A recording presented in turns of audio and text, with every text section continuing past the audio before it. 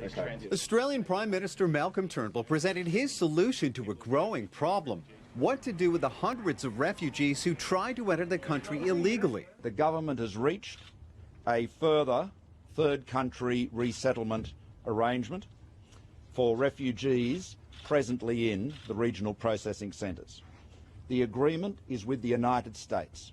The one-off deal involves the resettlement of roughly 1,200 people being held in offshore detention on the Papua New Guinea island of Nauru. I think that probably they realise it has to be an established resettlement country if they're going to put up a proposition that might actually work. Are you confident? Turnbull's solution was in response to a Papua New Guinea High Court ruling earlier this year, which ordered the resettlement of hundreds of refugees being held on Nauru.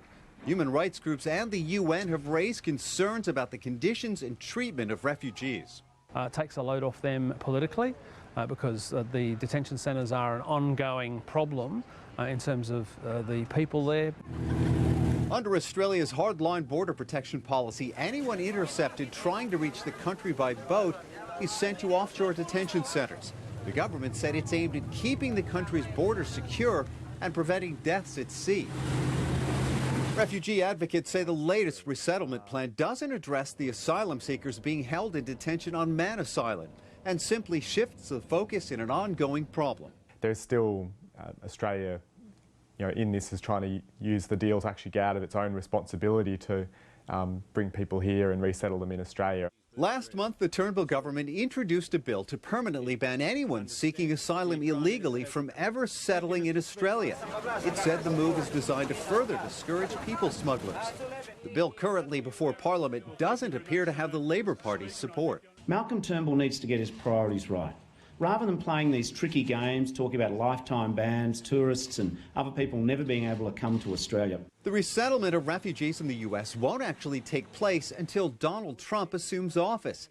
Trump has previously called for a complete shutdown of Muslims entering the country. A significant proportion of the people on Manus and Nauru who are found to be refugees are most likely Muslim. There is only one president of the United States at a time.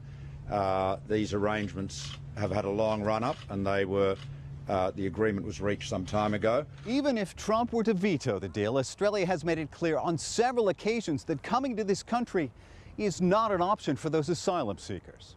For now, Australia says it's beefing up patrols at sea in case people smugglers seek to exploit the latest resettlement plan to further their own trade. Greg Navarro, CCTV, Sydney.